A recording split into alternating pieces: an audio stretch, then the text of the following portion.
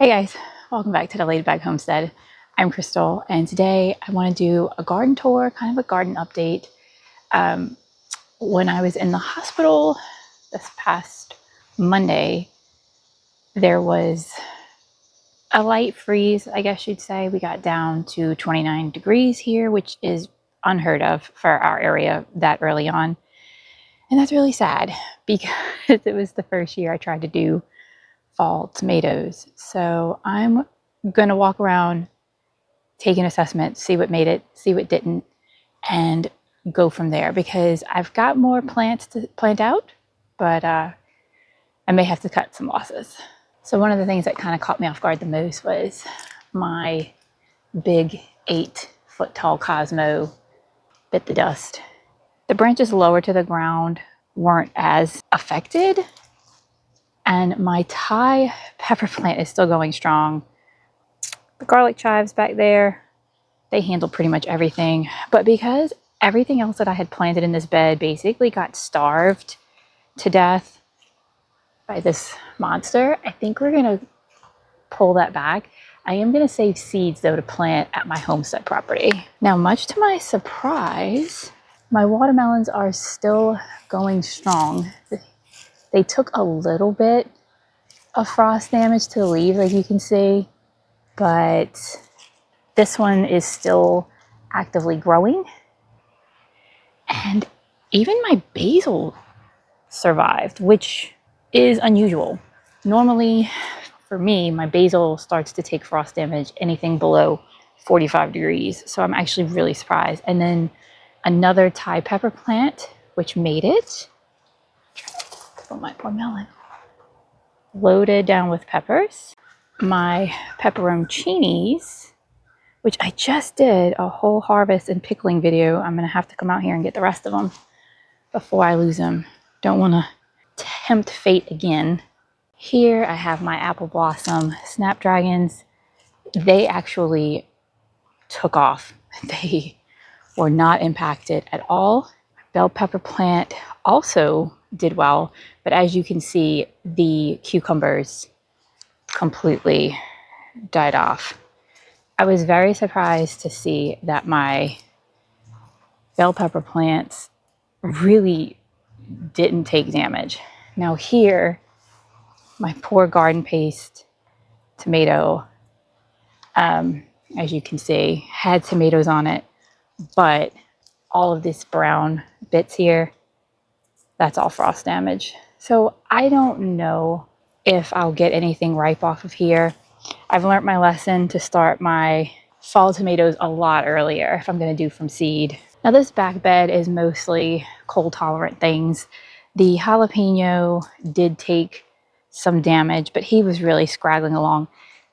The 2 tomatoes back here, actually, I guess because they're so small, they didn't take any damage. And then this basil looks like it took a little, but the celery and all of the brassicas did fine. The biggest thing I lost in all my beds is my gugutzas. They just completely died back. There's no saving that. I do still have some fruit on there I need to harvest, but again, my nasturtiums all did well. These snapdragons actually look like they took some damage. This was a store-bought snapdragon. Let's see if I got the tag here. Yeah, orange flame. I was really surprised to see that they took the damage, considering my apple blossoms didn't, but maybe it's just because the apple blossoms are more established. That basil back there, you can see, does indeed have frost damage. This bed, I have my poblanos, which did not take any damage. Again, very, very, very surprised by that. Well, I should say another Thai pepper also. And then I have my very eaten up broccoli and cabbages, which they didn't take cold damage necessarily, but they're still trying to bounce back from all of the critters. Thankfully, I have more of this that I can plant out because I'm not really sure what I'm going to get here. I really should have done a better job watching them right after transplant than what I did, so that's kind of on me. Now, again, this bed, mainly brassicas and some more Chinese cabbage. They all did fine. I had another bell pepper plant in here, which is still producing. And again, really didn't take any damage. The sweet moruga plant, which is another hot pepper, also didn't really take any damage, so that's good.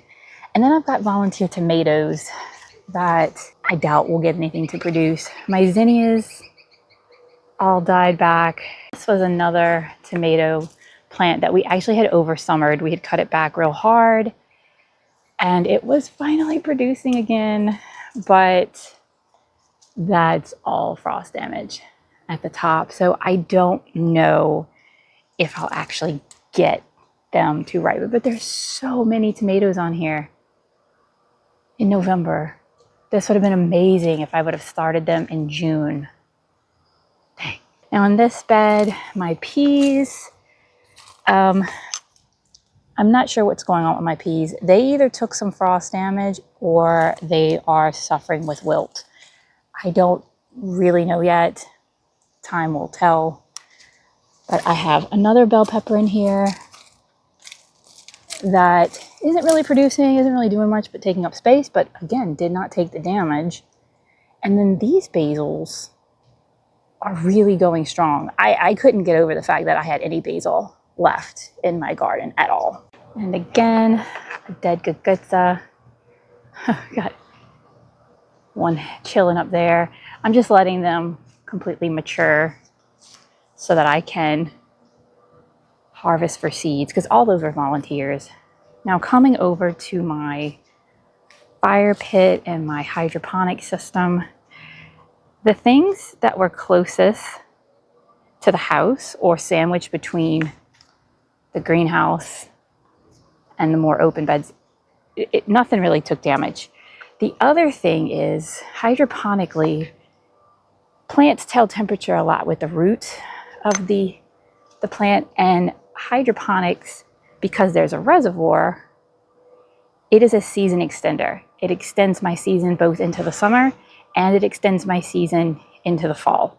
So as you can see, this tomato, is doing amazing.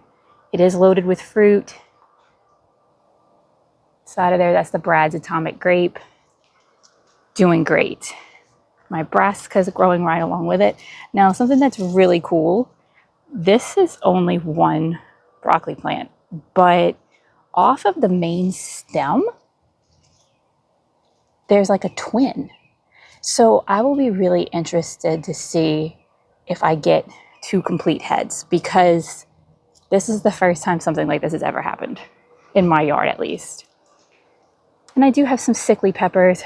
We're going to be taking them out and I think putting in more brassicas.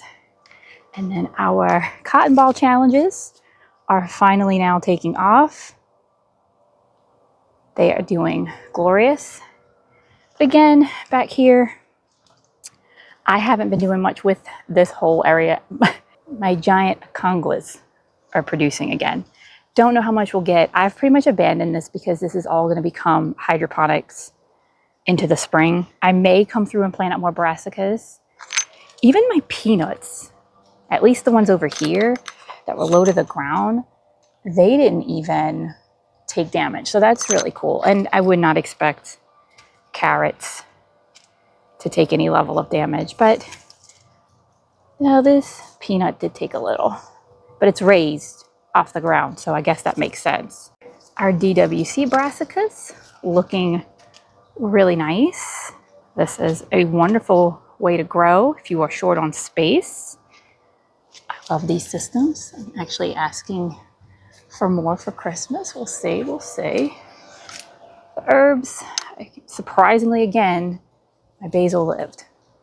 And along this back wall, we had another Thai pepper. These peppers were already kind of meh. That peanut though, I can tell took some damage. Volunteer tomatoes. Out here doing the Lord's work. At least these are in containers and I can move them into my greenhouse if I need to. But you can see this is kind of what the cold damage looks like on the peanuts. And then these had beans in them, but I'm really just planted that more as a nitrogen fixer. You can see my tomato cascading down. It's in this big yellow bucket. I can't move it, it's way too heavy. So we'll see what we get. Oh, and actually, we have another green eggplant. I thought this guy was done for the season as well. So that's really exciting. And this is the first time at all that this plant has produced. It's like it waited for this, the cold weather. So that's really cool. My firebomb's got all the different names. It needs to be pruned back really hard, but still so pretty. And then I have a bunch of dead things. Don't judge, I've got a broken clavicle. So I'm planning on turning all of this, converting my self-watering buckets into like brassica row all along this back fence, because this gets the most sun in this yard, and I will be curious to know if I can get actual Brussels sprouts to grow this year. But if you caught my sweet potato video, my experiment, we just harvested all of the sweet potatoes out of these 2 beds. And then this bed didn't have sweet potatoes, but the volunteer cucumbers definitely got hit pretty hard. I've got radishes in here that don't seem to mind. Some marigolds. And these were dahlias I planted last spring, and they didn't do anything. And I say dahlias, I take that back. It was a bulb. I think it was a bag of mixed bulbs I got from the store. So this will be interesting because it didn't do anything all spring or summer, and now it looks like it's doing something. Don't know. And then in the back there, we have a little bit of garlic, but now that these beds are cleared out, I think these are going to mainly become, there's some garlic there too. These beds will mainly become my roots, or anything that needs to bulb up like onions or garlic, because again, I just don't get enough sun in the rest of my yard for them to produce. So I'm looking forward to hopefully getting a harvest this year. So right now my greenhouse is, as you can see, completely taken over with volunteers. That was a store-bought bell pepper plant that we strung up. And all of these Super Sweet 100 or Sun Golds, I don't know, volunteers are in here. I've loaded with tomatoes in my greenhouse, and not that I really needed them, but here we are. And again, also with peppers. However, I would like to reclaim this space. I'm just not sure what I want to grow in here. Do I want to grow more squash, or do I want to try to like overwinter something else? If you had a greenhouse, what would you grow? I'm looking for ideas. And then I have my flowers that we had planted. They need to be planted out, but because I am down to one hand or one real functioning arm, I have to wait. And these are some pumpkin seeds we are drying out to grow the giant Atlantic pumpkin next year on our homestead property. All big and fun things to come. But like I said, if you've got a suggestion, would you leave tomato jungle, which it's small tomatoes?